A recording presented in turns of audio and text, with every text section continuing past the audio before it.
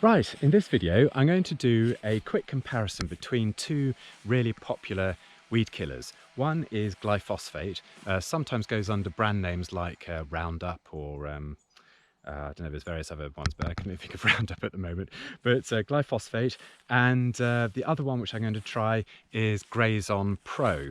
Now, they work in very, very different ways. Glyphosate is a general all-round weed killer and it will kill anything green.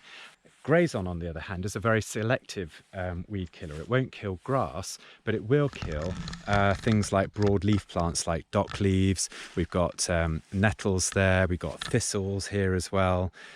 So Grazon will kill all this lot, but it won't touch grass. Glyphosate will kill everything. So, but they act in different timescales as well. You find that glyphosate takes at least 5 days or so before you notice any change at all in the plant, and it can take about 2 weeks to actually kill the thing. Whereas Grazon, on nettles, you spray it on in the morning and you'll see them starting to fall over by the afternoon. It's a very, very fast acting weed killer. Takes a little bit longer on nettles and docks and things like that. But so in this video, I've got my backpack on, I've got glyphosate in this one. I'm going to spray a multitude of different plants with this and a multitude of different plants with the Grazon 90, and we'll just do a little quick comparison over about probably over about a week or a fortnight, so you can actually see what effect the two weed killers have on these plants. So I hope you enjoy the video. If you do, then hit the subscribe button, little notification bell, and you'll get updates on everything else that we do on our small holding here, including our vineyard behind us there. We've got sheep somewhere dotted around, I don't know where they are at the moment, and oh, I know, all sorts of things we get up to here. So yeah, I hope you enjoy the video. So we're going to spray this area with glyphosate, and I'll come back in probably about a week's time just to give you an update as to how it's gone. It's not going to be much difference for the first couple of days. That's the big thing about glyphosate. You just don't see any change and you think, is it working, isn't it? But trust me, it is working. So I'm just going to give this a liberal spray. I've got my backpack, which needs a few pumps on the old, just to give it a bit of pressure.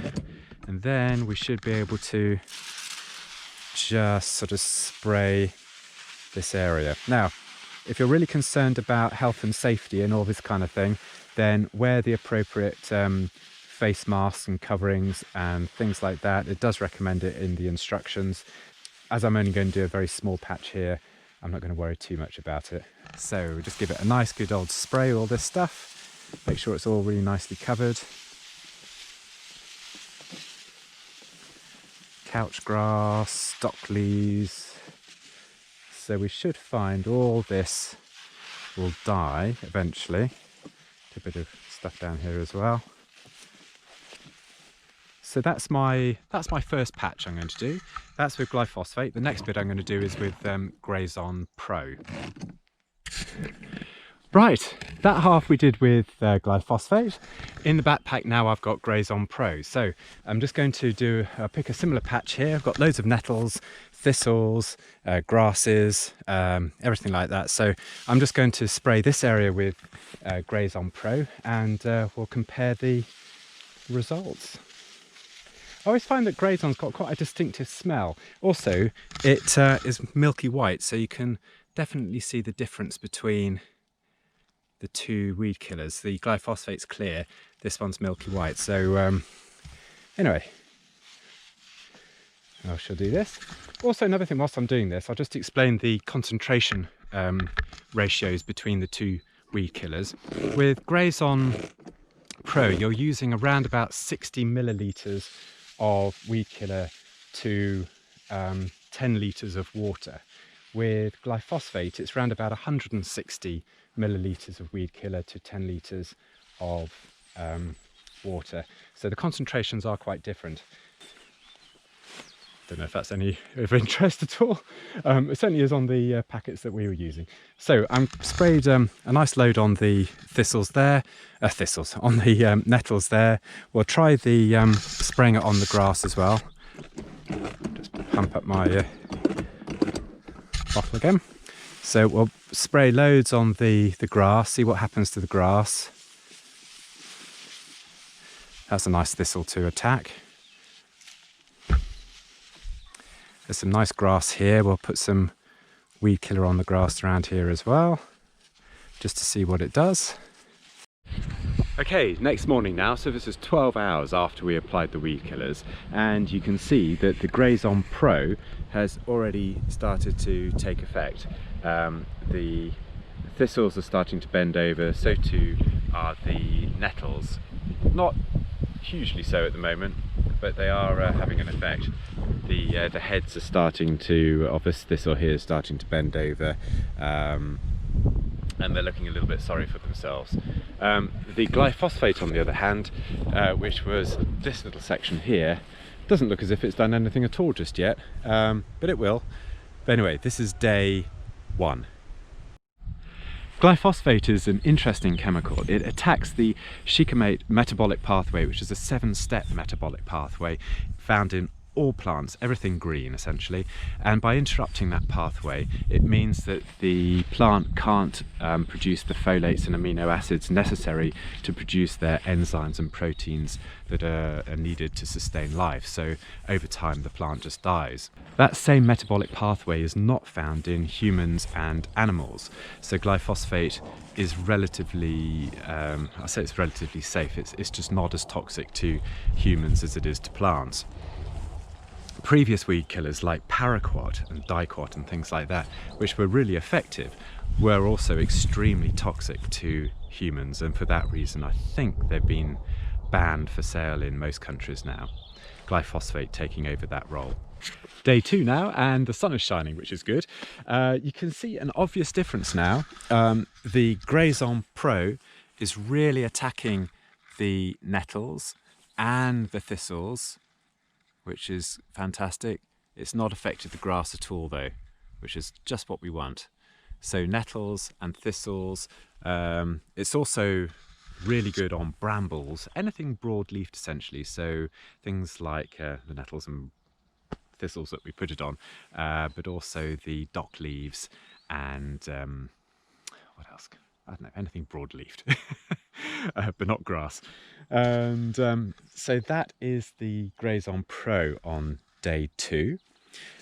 Come across to the other side, which is the glyphosate, and you can see that there's been hardly any effect so far on the nettles that we sprayed with glyphosate. So for all intents and purposes, it looks like the glyphosate isn't working, but it is. Now, have you ever wondered how selective weed killers actually work, like the Grazon Pro here? Why it affects broadleaf plants and not grasses? It's quite a strange concept. You think weed killers would just kill everything. But the way Grazon works is on the chemicals called auxins inside plants. It's like a plant hormone essentially. It tells the plant where to direct its resources into roots or leaves or buds, thorns, flowers, petals, all that kind of stuff. And it reacts very quickly to environmental factors like heat and sunshine and cold, temperature and things like that. Now these selective weed killers like Grazon are synthetic auxins, and they interfere with this communication process inside the plant. For a plant, it's similar to our central nervous system. So obviously plants don't have central nervous systems, they have these chemical messengers, and the synthetic auxins interfere with that messaging process. Now the reason why they're selective is that dicotyledons, those ones which spring up 2 little leaves from the seed, which eventually develop into broadleaf plants, are a lot more sensitive to these synthetic auxins than the monocotyledons, which only throw up 1 leaf from the seed, and they develop into grasses. So inbuilt into these synthetic auxins is a selectivity, where the dicotyledons, tongue twister this, dicotyledons are a lot more sensitive than monocotyledons. So it's a very useful distinction when it comes to weed killers, because it means that it kills broadleaf dicotyledons much more effectively than grasses. In fact, it didn't really touch grasses at all. And so that's how the selective weed killers like Grazon work, and they're incredibly useful for farmers and smallholders, because often you don't want to kill everything, you just want to kill You know, the horrible plants like thistles and nettles and brambles, it's very good on as well. So yeah, hope that's interesting anyway. Okay, this is about day 6 now, I think. The reason why I've not done days 4 and 5 and whatever before is because we have had so much rain and wind. We've got the tail end of the wind, so it's a little bit buffety on the microphone, I'm sure, but at least it's sunny. Anyway, about day 6 now, and you can see that the what's this one? This is Grazon, is really sort of doing its job now, and these are looking very sorry for themselves. Including the thistles that are all really quite knackered now, which is good, but more importantly, it hasn't touched the grass. So we sprayed all this grass as well, and it's not touched that at all. It's really only affected the broadleaf plants. On to the glyphosate. Again, it still doesn't look as if much has happened to these plants, and this is day 6.